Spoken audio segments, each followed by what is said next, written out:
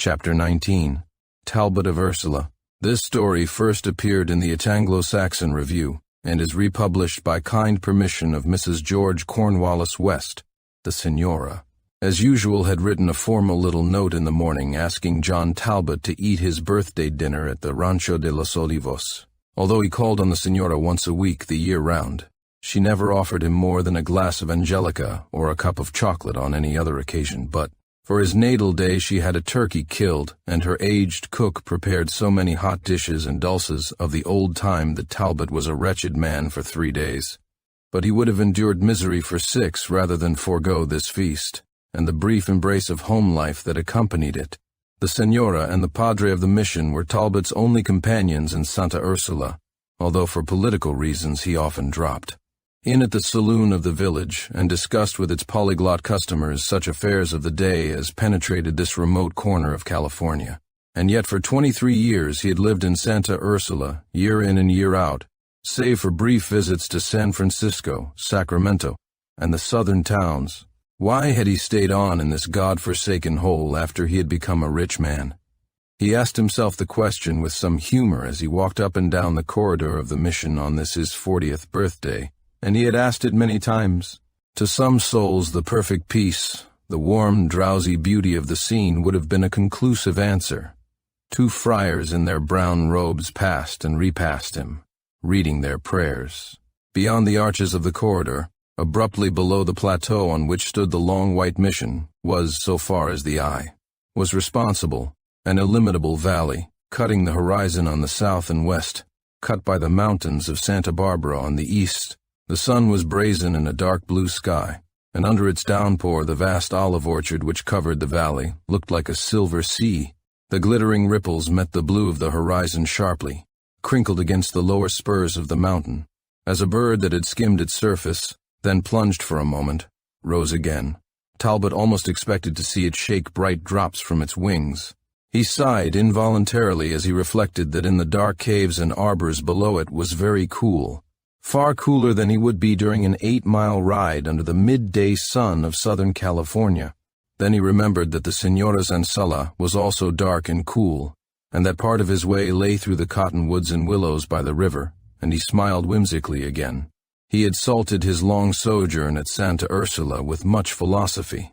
One mountain peak, detached from the range and within a mile of the mission, was dense and dark with forest, broken only here and there by the boulders the earth had flung on high in her restless youth. There was but a winding trail to the top, and few had made acquaintance with it.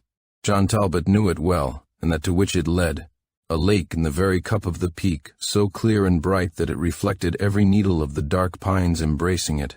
And to the west of the mission, past the river with its fringe of cottonwoods and willows, beyond a long dusty road which led through fields and cannon, and over more than one hill, was the old adobe house of the Rancho de los Olivos. Talbot was a practical man of business today. The olive orchard was his, the toy hotel at the end of the plateau, the land upon which had grown the rough village, with its one store, its prosperous saloon, its post office, and several shanties of citizens not altogether estimable.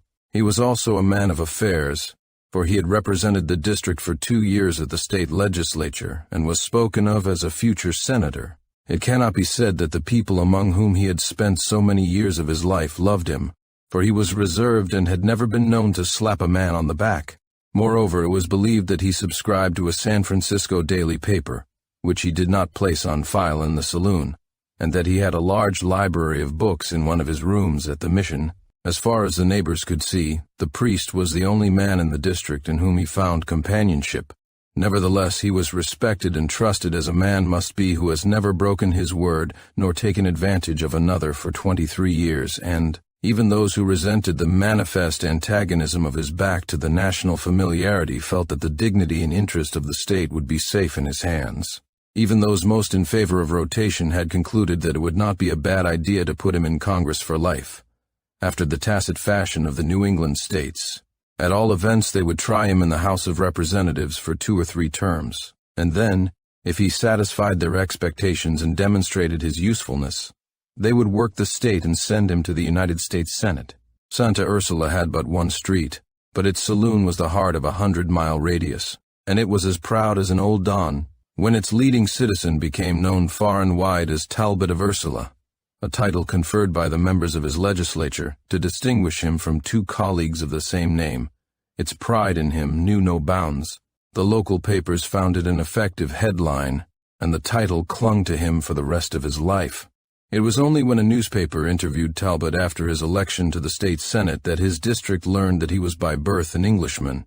He had emigrated with his parents at the age of 14, however, and as the population of his district included Germans, Irish, Swedes, Mexicans, and Italians, his nationality mattered little. Moreover, he had made his own fortune, barring the start his uncle had given him, and he was an American, every inch of him.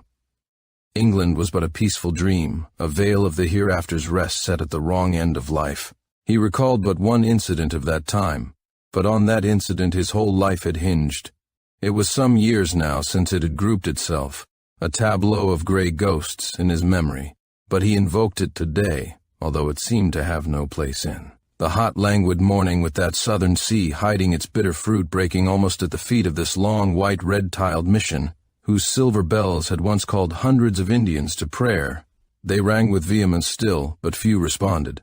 Nevertheless, the memory rose and held him. His mother, a widow, had kept a little shop in his native village. He had gone to school since the tender age of 5, and had paid more attention to his books than to the village battleground, for he grew rapidly, and was very delicate until the change to the new world made a man of him. But he loved his books. The other boys were kind to him, and altogether he was not ill-pleased with his life when one day his mother bade him put on his best clothes and come with her to a wedding. He grumbled disdainfully, for he had an interesting book in his hand, but he was used to obey his mother. He tumbled into his Sunday clothes and followed her and other dames to the old stone church at the top of the village.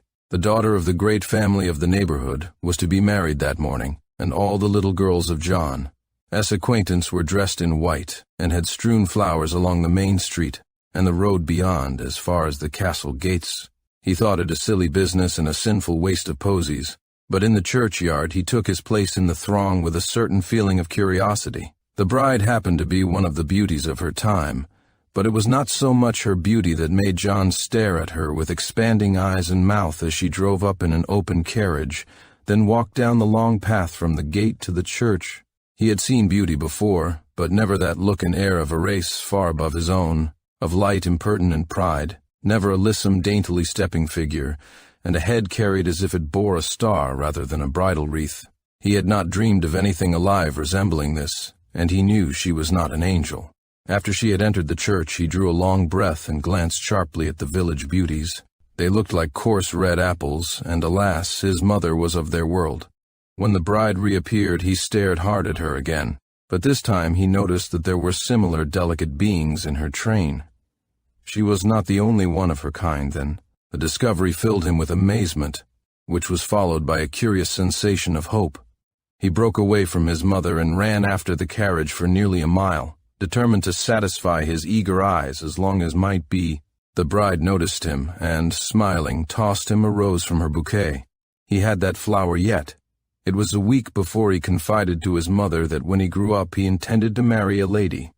Mrs. Talbot stared, then laughed, but when he repeated the statement a few evenings later during their familiar hour, she told him peremptorily to put such ideas out of his head, that the likes of him didn't marry ladies, and when she explained why, with the brutal directness she thought necessary, John was as depressed as a boy of 14 can be.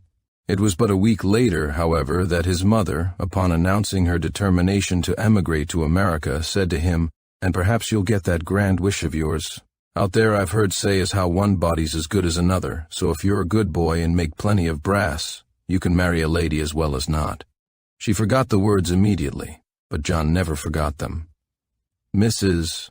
Talbot died soon after their arrival in New York, and the brother who had sent for her put John to school for 2 years. One day he told him to pack his trunk and accompany him to California in search of gold. They bought a comfortable emigrant wagon and joined a large party about to cross the plains in quest of El Dorado. During that long, momentous journey, John felt like a character in a book of adventures, for they had no less than 3 encounters with Red Indians, and 2 of his party were scalped. He always felt young again when he recalled that time. It was one of those episodes in life when everything was exactly as it should be, He and his uncle remained in the San Joaquin Valley for a year, and although they were not so fortunate as many others, they finally moved to San Francisco the richer by a few thousands. Here Mr. Quick opened a gambling house and saloon, and made money far more rapidly than he had done in the Northern Valley, where, in truth, he had lost much by night that he had panned out by day. But being a virtuous uncle, if an imperfect member of society, he soon sent John to the country to look after a ranch near the mission of Santa Ursula. The young man never knew that this fine piece of property had been won over the gambling table from Don Roberto Ortega, one of the maddest grandees of the Californias. His grant embraced some 50,000 acres and was bright in patches with little olive orchards. John planted with olive trees at his own expense the 12,000 acres which had fallen to his uncle's share. The two men were to be partners, and the younger was to inherit the elder's share. He inherited nothing else, for his uncle married a Mexican woman who knifed him and made off with what little money had been put aside from current extravagances. But John worked hard, bought forests in San Francisco whenever he had any spare cash, supplied almost the entire state with olives and olive oil, and in time became a rich man. And his ideal? Only the Indians had driven it temporarily into the unused chambers of his memory, not gold mines, nor his brief taste of the wild hot life of San Francisco, nor hard work among his olive trees, nor increasing wealth and importance, had driven from his mind that desire born among the tombstones of his native village. It was the woman herself, with a voice as silver as his own olive leaves, who laughed his dream to death, and left him, still handsome, strong, and lightly touched by time, a bachelor at 40. He saw nothing of women for several years after he came to the mission, for the one ranch house in the neighborhood was closed, and there was no village then. He worked among his olive trees contentedly enough, spending long profitable evenings with the intellectual priests, who made him one of their family, and studying law and his favorite science, political economy. Although the boy was very handsome, with his sunburned, well-cut face and fine figure, it never occurred to the priests that the most romantic of hearts beat beneath that shrewd, accumulative brain. Of women he had never spoken, except when he had confided to his friends that he was glad to get away from the very sight of the terrible creatures of San Francisco, and that he dreamed for hours among his olive trees of the thoroughbred creature who was one day to reward his labors and make him the happiest of mortals, never entered the imagination of the good padres. He was 20, and the ranch was his when he met Delfina Carrillo.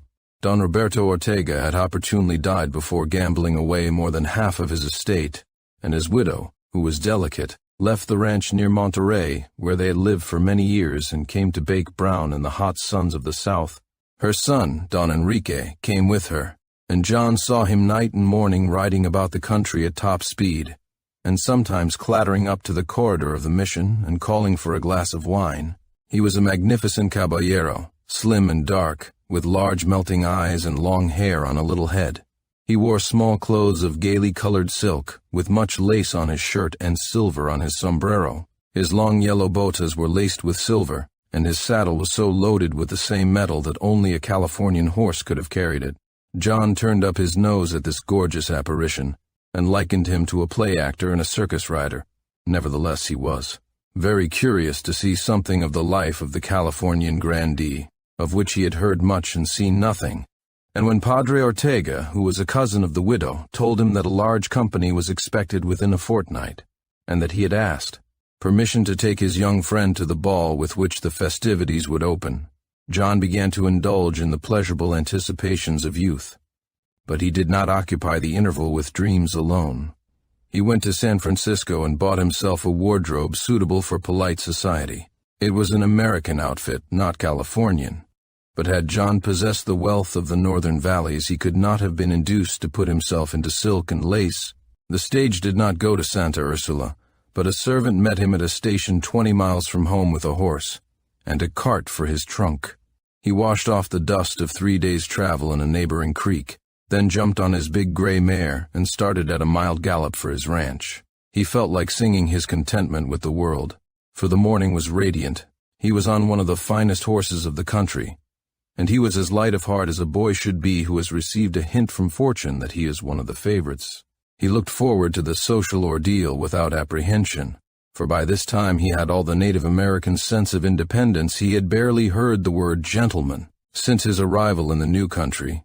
His education was all that could be desired. He was a landed proprietor, and intended to be a rich and successful man. No wonder he wanted to sing. He had ridden some 8 or 10 miles, meeting no one in that great wilderness of early California, when he suddenly drew rein and listened. He was descending into a narrow canon on whose opposite slope the road continued to the interior. His way lay sharply to the south when he reached the narrow stream between the walls of the canon. The sound of many voices came over the hills opposite, and the voices were light and young and gay.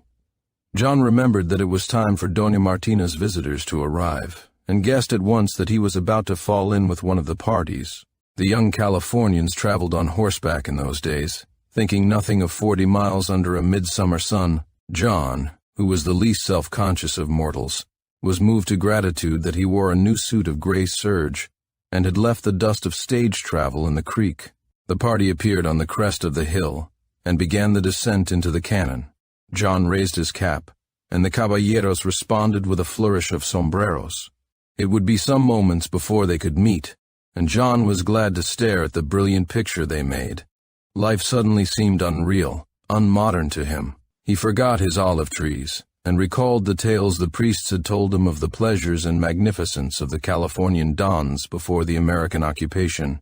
The caballeros were in silk, every one of them, and for variety of hue they would have put a June garden to the blush. Their linen and silver were dazzling, and the gold-colored coats of their horses seemed a reflection of the sun. These horses had silver tails and manes, and seemed invented for the brilliant creatures who rode them. The girls were less gorgeous than the caballeros, for they wore delicate flowered gowns, and a strip of silk about their heads instead of sombreros trimmed with silver eagles. But they filled John's eye, and he forgot the caballeros. They had long black braids of hair and large dark eyes and white skins, and at that distance they all looked beautiful. But although John worshipped beauty, even in the form of olive trees and purple mists, it was not the loveliness of these Spanish girls that set his pulses beating and sent the blood to his head.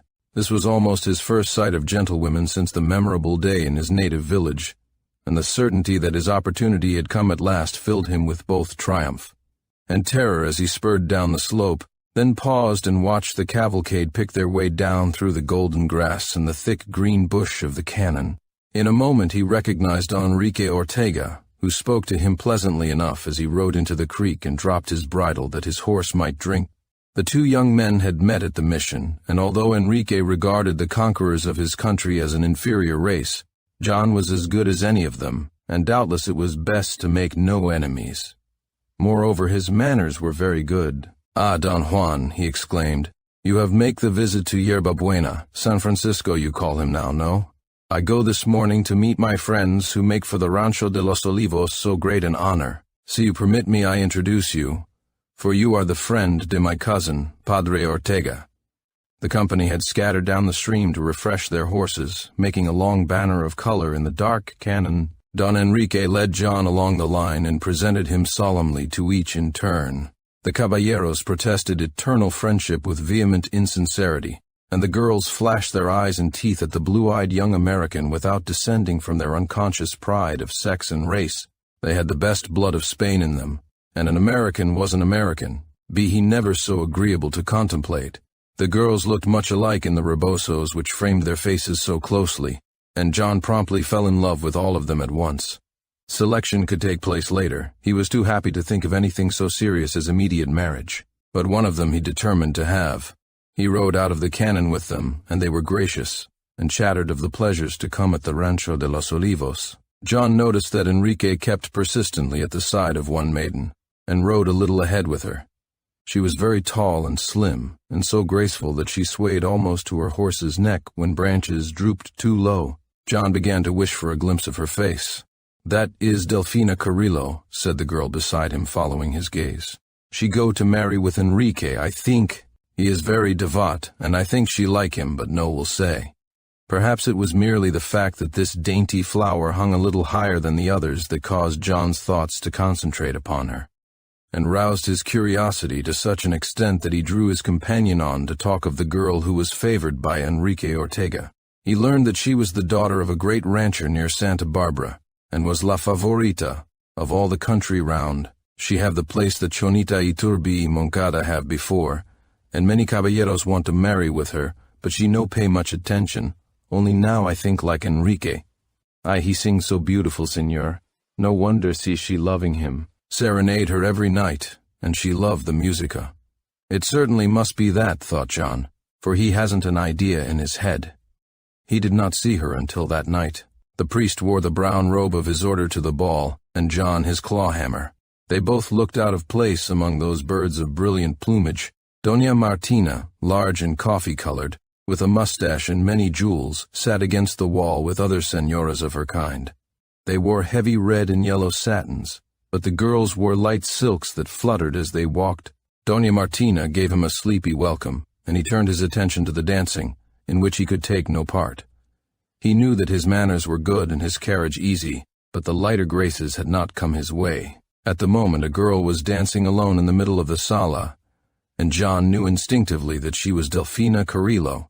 Like the other girls, she wore her hair high under a tall comb, but her gown was white and trimmed with the lace of Spain. Her feet, of course, were tiny, and showed plainly beneath her slightly lifted skirts, and she danced with no perceptible effort, rather as if swayed by a light wind, like the pendant moss in the woods. She had just begun to dance when John entered, and the company was standing against the wall in silence, but in a few moments the young men began to mutter, then to clap and stamp, then to shout, and finally they plunged their hands wildly into their pockets and flung gold and silver at her feet. But she took no notice beyond a flutter of nostril, and continued to dance like a thing of light and air. Her beauty was very great. John, young as he was, knew that it was hardly likely he should ever see beauty in such perfection again. It was not an intellectual face, but it was faultless of line and delicate of coloring. The eyes were not only very large and black, but the lashes were so long and soft the wonder was they did not tangle. Her skin was white, her cheeks and lips were pink, her mouth was curved and flexible, and her figure, her arms and hands and feet had the expression in their perfect lines that her face lacked. John noticed that she had a short upper lip, a haughty nostril, and a carriage that expressed pride both latent and active. It was with an effort that she bent her head graciously as she glided from the floor, taking no notice of the offerings that had been flung at her feet. And John loved her once and for all. She was the sublimation of every dream that his romantic heart had conceived. He felt faint for a moment at the difficulties which bristled between himself and this superlative being, but he was a youthful conqueror, and life had been very amiable to him. He shook courage into his spirit, and asked to be presented to her at once. Her eyes swept his face indifferently, but something in his intense regard compelled her attention, and although she appeared to scorn conversation, she smiled once or twice, and when she smiled her face was dazzling. "That was very wonderful, that dance, señorita, but does it not tire you?" "No. You are glad to give such great pleasure, I suppose." "See, you are so used to compliments. I know how the caballeros go on. You won't mind my saying it was the most beautiful thing I ever saw, and I have been about the world a bit. See, I wish I could dance, if only to dance with you. You know dance?" Her tone expressed polite scorn, although her voice was scarcely audible. Would you talk out a dance with me?" "Oh, no." She looked as astonished as if John had asked her to shut herself up alone in her room for the rest of the evening, and she swayed her back slowly upon him and lifted her hand to the shoulder of Enrique. In another moment she was gliding down the room in his arm, and John noted that the color in her cheek was deeper. It is impossible that she can care for that doll, he thought. Impossible. But in the days that followed he realized that the race was to be a hot one. He was included in all the festivities, and they went in meriendas, among the cottonwoods by the river and in the hills, danced every night, were entertained by the priests at the mission, and had bullfights, horse races, and many games of skill. Upon one occasion John was the happy host of a moonlight dance among his olive trees.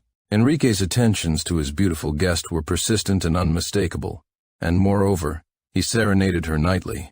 John, riding about the ranch late, too restless to sleep, heard those dulcet tones raining compliments and vows upon Delfina's casement, and swore so furiously that he terrified the night-birds.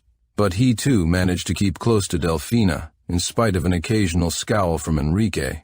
who, however, held all Americans in too lofty a contempt to fear one. John had several little talks apart with her, and it was not long before he discovered that nature had done little for the interior of that beautiful shell. She had read nothing, and thought almost as little. What intelligence she had was occupied with her regalities, and although sweet in spite of her hauteur and unselfish notwithstanding her good fortune, as a companion she would mean little to any man. John, however, was in the throes of his first passion, and his nature was ardent and thorough. Had she been a fool, simpering instead of dignified, he would not have cared. She was beautiful and magnetic, and she embodied an ideal. The ideal, however, or rather the ambition that was its other half, played no part in his mind as his love deepened. He wanted the woman, and had he suddenly discovered that she was a changeling born among the people, his love and his determination to marry her would have abated not a tittle. His olive trees were neglected, and he spent the hours of their separations riding about the country with as little mercy on his horses as had he been a Californian born. Sometimes, touched by the youthful fervor in his eyes, Delphina would melt perceptibly and ask him a question or two about himself, a dazzling favor in one who held that words were made to rust. And once, when he lifted her off her horse under the heavy shadow of the trees, she gave him a glance which sent John far from her side, lest he make a fool of himself before the entire company. Meanwhile he was not unhappy, in spite of the wildness in his blood, for he found the tremors of love and hope and fear as sweet as they were extraordinary. One evening the climax came. Delphina expressed a wish to see the lake on the summit of the solitary peak. It had been discovered by the Indians, but was unknown to the luxurious Californians. The company was assembled on the long corridor traversing the front of the Casa Ortega, when Delphina startled Enrique by a command to take them all to the summit that night. "But, señorita mia," exclaimed Enrique, turning pale at the thought of offending his goddess, "there is no path. I do not know the way. And it is as steep as the tower of the mission." John came forward. "There is an Indian trail," he said, "and I have climbed it more than once, but it is very narrow, and steep certainly." Delphina's eyes, which had flashed disdain upon Enrique, smiled upon John. "We go with you," she announced, "tonight for his moon, and I ride in front with you." On the whole, thought Talbot, glancing towards the great peak whose wilderness was still unrifled, that was the happiest night of his life. They outdistanced the others by a few yards, and they were obliged to ride so close that their shoulders touched. It was the full of the moon, but in the forest there was only an occasional splash of silver. They might have fancied themselves alone in primeval solitude had it not been for the gay voices behind them, and never had Delphina been so enchanting. She even talked a little, but her accomplished coquetry needed few words. She could express more by a bend of the head or an inflection of the voice than other women could accomplish with vocabularies and brains. John felt his head turning, but retained wisdom enough to wait for a moment when they should be quite alone. The lake looked like a large reflection of the moon itself, for the black trees shadowed, but the edge of the waters. So great was the beauty of the scene that for a few moments the company gazed at it silently, and the mountaintop remained as still as during its centuries of loneliness. But finally someone exclaimed, "Oye ye," and then rose a chorus, "Dios de mi alma, Dios de mi vida, Wache, California, California, Oye de mi, de mi, de mi." Everybody, even Enrique, was occupied. John caught the bridle of Delphina's horse and forced it back into the forest, and then his words tumbled one over the other. I must," he said wildly, keeping down his voice with difficulty. "I've scarcely had a chance to make you love me, but I can't wait to tell you. I love you. I love you. I want to marry you. Oh, I am choking." He wrenched at his collar, and in truth he felt as if the very mountain were trembling. Delphina had thrown back her head. "Aye," she remarked. Then she laughed. She had no desire to be cruel, but her manifest amusement brought the blood down from John's head, and he shook from head to foot. His white face showed plainly in this fringe of the forest, and she ceased laughing and spoke kindly. "Poor boy, I am sorry, sigh, I hurt you, but I know can marry you. Never I can love the Americano. No is like our men, so handsome, so graceful, so splendid. I like you for a very nice boy, but I go to marry with Enrique, so no think more about it." Then, as he continued to stare, the youthful agony in his face touched her, and she leaned forward and said softly, "Can kiss me once, sigh, you like. You are boy to me no more, so I no mind." and he kissed her with a violence of despair and passion which caused her maiden mind to wonder, and which she never experienced again.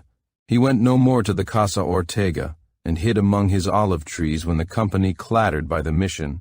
At the end of another week she returned to her home, and 3 months later she returned as the bride of Enrique Ortega. Talbot smiled slightly as he recalled the sufferings of the boy long dead. There had been months when he had felt half mad, then had succeeded several years of melancholy, and a distaste for everything in life but work. He could not bring himself to sell the ranch and flee from the scene of his disappointment, for he was young enough to take a morbid pleasure in the very theater of his failure.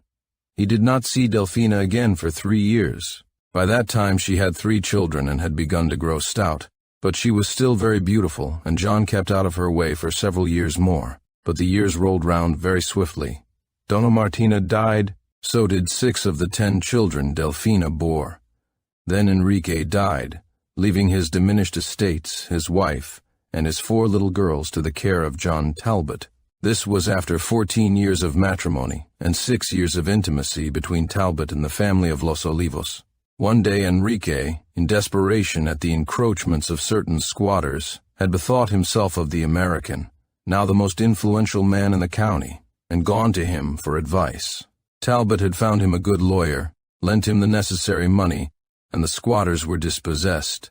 Enrique's gratitude for Talbot knew no bounds. He pressed the hospitality of Los Olivos upon him, and in time the two became fast friends. Ortega and Delfina had jogged along very comfortably. She was an exemplary wife, a devoted mother, and as excellent a housekeeper as became her traditions. He made a kind and indulgent husband, and if neither found much to say to the other, their brief conversations were amiable. Enrique developed no wit with the years, but he was always a courteous host and played a good game of billiards. Besides taking a mild interest in the affairs of the nation, John soon fell into the habit of spending 2 nights a week at the Rancho de los Olivos, and never failed to fill his pockets with sweets for the little girls, who preferred him to their father. And his love! He used to fancy it was buried somewhere in the mausoleum of flesh which had built itself about Delfina Carrillo. She weighed 200 pounds, and her black hair and fine teeth were the only remnants of her splendid beauty. Her face was large and brown, and although she retained her dignity of carriage and moved with the old slow grace, she looked what she was, the Spanish mother of many children. The change was gradual, and brought no pang with it. John's memory was a good one, and sometimes when it turned to his youth and the one passion of his life, he felt something like a sob in his soul, a momentary echo of the old agony.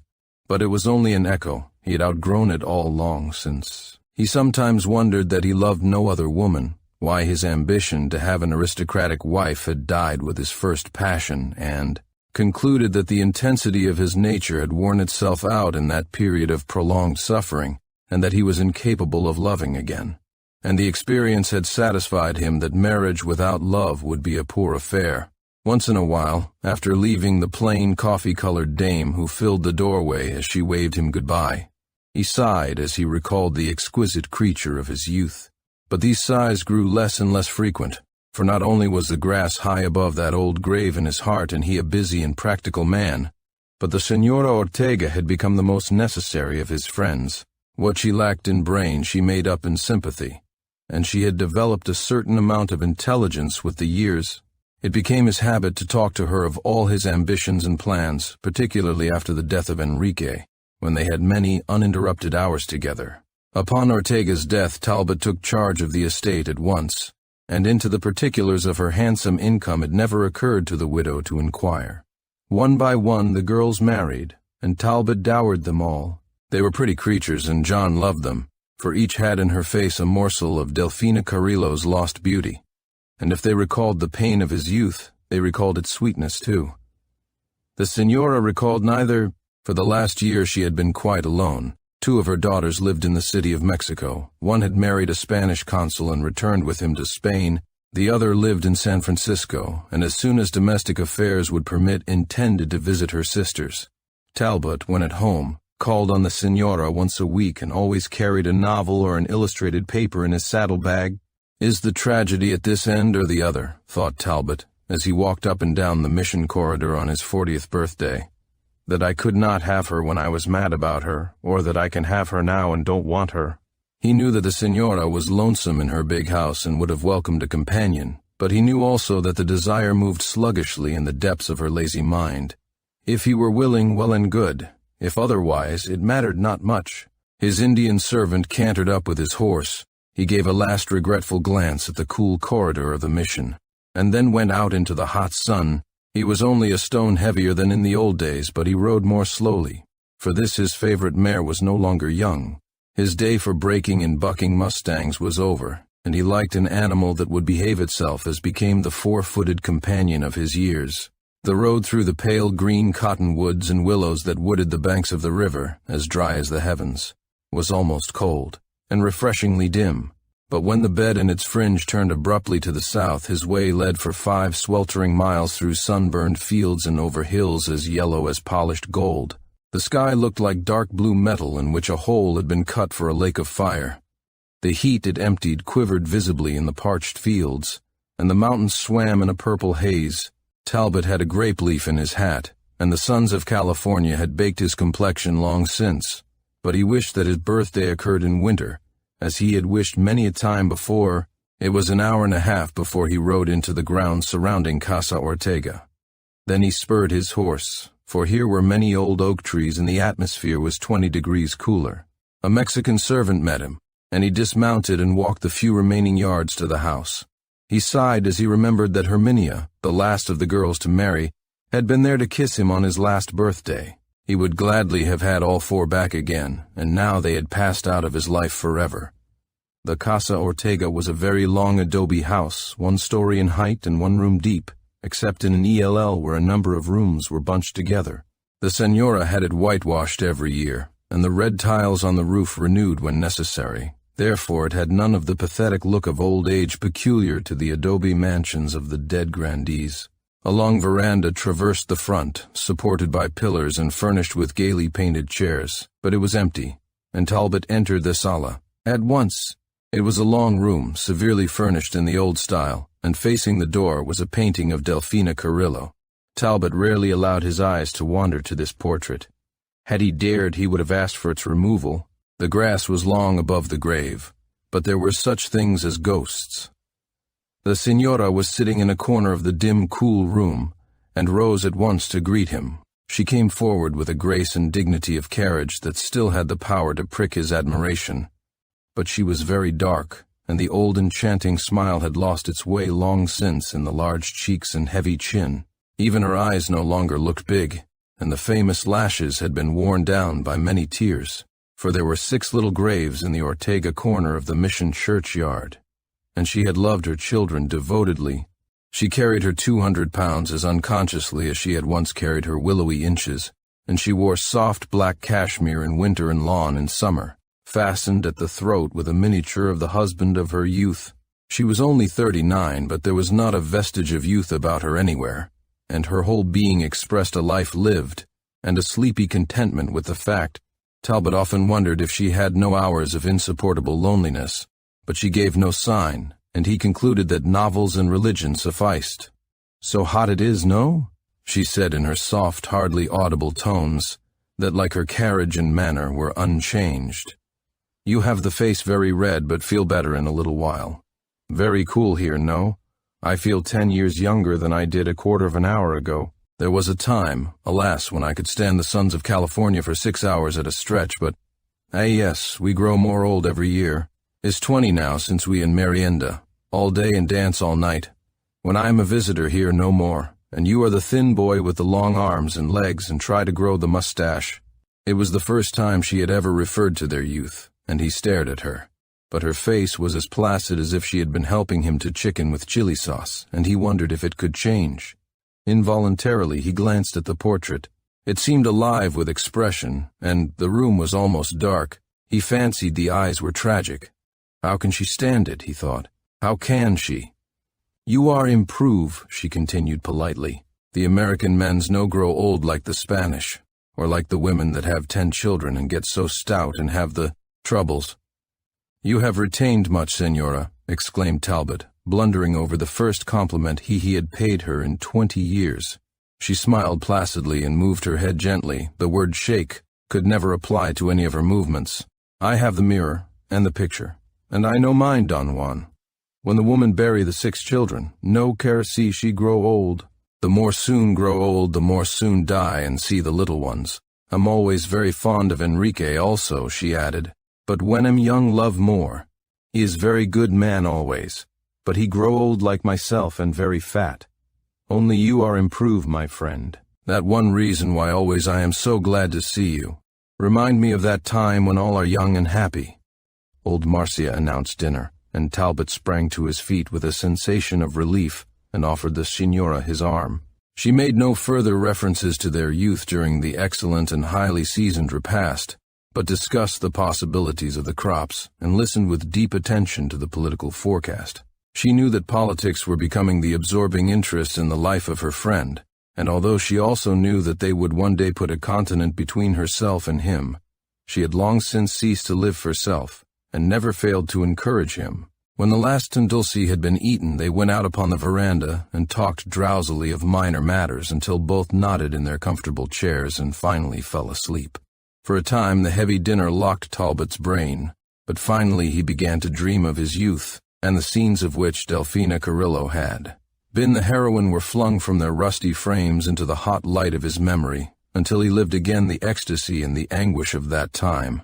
The morning's reminiscences had moved coldly in his mind, but so intense was his vision of the woman he had worshipped that she seemed bathed in light. He awoke suddenly.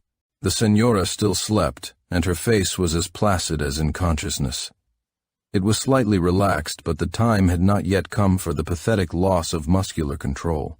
Still, she looked so large and brown and stout that Talbot rose abruptly with an echo of the agony that had returned in sleep, and entered the sala, and stood deliberately before the portrait. It had been painted by an artist of much ability. There was atmosphere behind it, which in the dim room detached it from the canvas, and the curved red mouth smiled, the eyes flashed with the triumph of youth and much conquest. The skin was as white as the moonflowers in the fields at night. Talbot recalled the night he had taken this woman in his arms, not the woman on the veranda, and involuntarily he raised them to the picture. "And I thought it was over," he muttered, with a terrified gasp. "But I believe I would give my immortal soul and everything I've accomplished in life if she would come out of the frame in the past for an hour and love me." "What do you say?" drawled a gentle voice. "I fall asleep, no? Saw you ring that little bell. Marcia, bring the chocolate. You find it too hot out here?" "Oh no, I prefer it out of doors. It is cooler now, and I like all the air I can get." He longed to get away, but he sipped his chocolate and listened to the domestic details of his 4 vicarious daughters. The Senora was immensely proud of her 5 grandchildren. Their photographs were all over the house. At 6 o'clock he shook hands with her and sprang on his horse. Halfway down the avenue he turned his head, as usual. She stood on the veranda still and smiled pleasantly to him, moving one of her large brown hands a little. He never saw the Senora again. Chapter 20. Talbot was obliged to go to San Francisco a day or two later, and when he returned the Senora was in bed with a severe cold. He sent her a box of books and papers and another of chocolates, and then forgot her in the excitement of the elections. It was the autumn of the year 1868, and he was an enthusiastic admirer of Grant. He stumped the state for that admirable warrior and indifferent statesman, with the result that his own following increased, and his interest in politics waxed with each of several notable successes in behalf of the candidate. He finally announced decisively that he should run for Congress at the next elections, and a member of the House of Representatives from his district dying 2 days later, he was appointed at once to fill the vacant chair. The Senora was still in bed with a persistent cold and cough when he left for Washington late in November, but he rode over to leave a goodbye with old Marcia and ordered a bookseller in San Francisco to send her all the illustrated papers and magazines. She entered his mind but seldom during those interesting months in Washington. Talbot became sure of his particular talent at last and determined to remain in politics for the rest of his life. Moreover, the excitement until the 4th of March was intense, for Southern blood was still hot and bitter, and there were rumors in the air that Grant would be assassinated on the day of his inauguration. He was not, however, and Talbot was glad to be in Washington on that memorable day. He wrote the Senora an account both of the military appearance of the city and of the brilliant scene in the Senate chamber. But she had ceased for the time, to be a weekly necessity in his life. And being a bachelor, wealthy, handsome, and properly launched, he was soon skimming that social sea of many crafts. For the first time since his abrupt severance from the Los Olivos festivities, he enjoyed society. San Francisco's had seemed a poor imitation of what novels described, but Washington was full of brilliant interest, and he met more than one woman who recalled his boyish ideals, women who were far more like the vision in the English churchyard than Delfina Carrillo, who, indeed, had not resembled the English girl in anything but manifest of race, and had been an ideal apart, never to be encountered again in this world. It was a long and exciting session, and he gave all the energies of his mind to the great question of reconstruction. But more than once he asked himself if the time had not come to marry, if it were not a duty to his old self to gratify the ambition to which he owed the foundations of his success with life. A beautiful and high-bred wife would still afford him profound satisfaction, no doubt of that. He could, in the last 10 or 12 years, have married more than one charming San Francisco girl, but that interval of passionate love between his youthful ambition and his many opportunities had given him a distaste for a lukewarm marriage. Here in Washington, however, California seemed a long way off, and he was only 40, in the very perfection of mental and physical vigor. Could he not love again? Surely a man in the long allotted span must begin life more than once. He found himself, after an hour, in some beautiful woman's boudoir, or with a charming girl in the pale illumination of a conservatory, longing for the old tremors of hope and despair, and he determined to let himself go at the first symptom. But he continued to be merely charmed and interested. If the turbulent waters were in him still, they had fallen far below their banks and would not rise at his bidding. It was not to be expected that the Señora would write. She hated the sight of a pen, and only wrote once a month, with sighs of protest that were almost energetic, to her daughters. Padre Ortega was too old for correspondence. Consequently, Talbot heard no news of Santa Ursula except from his major domo, who wrote a monthly report of the progress of the olive trees in the hotel. This person was not given to gossip, and Talbot was in ignorance of the health of his old friend, in spite of 1 or 2 letters of inquiry, until almost the end of the session. Then the major domo was moved to write the following postscript to one of his dry reports. The Señora is dying, I guess. Consumption, the galloping kind. You may see her again, and you may... We're all sorry here, for she's always been square and kind. There still remained 3 weeks of the session, but Talbot's committee had finished its work, and he was practically free. He paired with a friendly Democrat, and started for California the day he received the letter. The impulse to go to the bedside of his old friend had been immediate and peremptory. He forgot the pleasant women in Washington, his new-formed plans. The train seemed to walk. They were not sentimental memories that moved so persistently in his mind during that long, hot journey overland. Had they risen, they would have been rebuked, as having no place in the sad reality of today. An old friend was dying, the most necessary and sympathetic he had known. He realized that she had become a habit, and that when she left the world he would be very much alone. His mind dwelt constantly on that large, brown, kindly presence, and he winked away more than one tear as he reflected that he should go to her no more for sympathy, do nothing further to alleviate the loneliness of her life. In consequence, he was in no way prepared for what awaited him at Los Olivos. He arrived at night. Padre Ortega was away, so he could get no news of the Señora except that she was still alive. He sent her a note at once, telling her to expect him at 11 the next morning. Again he took a long, hot ride over sunburned hills and fields, for it wanted but a few weeks of his birthday. As he cantered through the oaks near the house, he saw that a hammock was swung across the veranda, and that someone lay in it, a woman, for a heavy braid of black hair hung over the side and trailed on the floor. Surely, he thought, surely it cannot be the Señora, in a hammock. And then he suddenly realized that the disease must have taken her flesh. His hands trembled as he dismounted and tied his horse to a tree, and he lingered as long as he could, for he felt that his face was white. But he was a man long used to self-control, and in a moment he walked steadily forward and ascended the steps to the veranda. And then as he stood looking down upon the hammock, he needed all the control he possessed.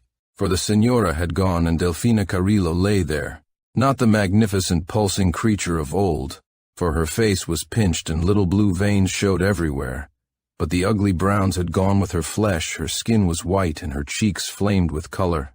Her eyes looked enormous, and her mouth had regained its curves and mobility, although it drooped. She wore a soft white wrapper with much lace about the throat, and she looked 26 and beautiful, wreck as she was. "Delphina," he articulated. "Delphina," and then he sat down, for his knees were shaking. The blood seemed rushing through his brain, and after that first terrible but ecstatic moment of recognition, he was conscious of a poignant regret for the loss of his brown old friend. He glanced about involuntarily. Where had she gone, that other personality? For even the first soul of the woman looked from the great eyes in the hammock. Delphina stared at him for some moments without speaking. Then she said, with a sigh, "Aye, it is Juan." She sat up abruptly. "Listen," she said, speaking rapidly. "At first I know you, for the mind wander much, and then Marcia tell me I think always I am the girl again. Sometimes even when I have the sense I think so too, for am alone, have nothing to remind, and I like think that way. When I am seek first Herminia coming to see me, but I write her, after, am well again, for I know she and the husband want to go to Mexico. Then, after I get worse, I am very glad she going, that all my girls are away, for the dreams I have when the mind is no right give me pleasure and bring back the days when I'm young and so happy. I feel glad I go to die that way and not like the old peoples. So happy I am sometimes, Juan, you cannot think. Was here, you remember, for 2 months before I marry, and often I see you and Enrique and all my friends, and myself so gay and beautiful, and all the caballeros so crazy for me, and all the splendid costumes and horses. Ay, California, her youth too is gone, Juan. Never she is Arcadia again." She paused but did not lie down, and in a few moments went on, "And often I think of you, often. So strange for love Enrique then, but I no. Missing you terrible when you go to Washington, and read all they say about you in the papers. So long now since Enrique going, and the love go long before, the love that make me marry him, I mean, for always love the husband. That was my duty. So when my youth come back, though I think some by Enrique, suppose you are more in the mind, which after all is old, though much fall away, and I want to see you, but no like to ask you to come, for you are so busy and so ambitious, and I know I live till you come again, sighs a year, and that make me feel happy. No cry, my friend. I no cry, for it's sweet to be young again. Often I no can understand why not loving you then, you are so fine man now. But was boy then, and I admire so much the caballeros, so splendid, and talk so graceful. No was used then to the other kind. But although I no think much before, have so many babies and so much trouble, and after, nothing no matter. Always I feel deep down I have missed something in life. Often I sigh, but no know why. But think much when go to die, and now I know that sigh I am really young again, and well, I marry you and am happy in so many ways with you and have the intelligence. Never I really have been alive. I know that now." She fell back, panting a little, and her voice, always very low, had become almost inaudible. She motioned to a bottle of Angelica on the table beside her, and John took her in his arms and put the glass to her lips. It brought the color back to her face, and she lifted her arms and crossed them behind his neck.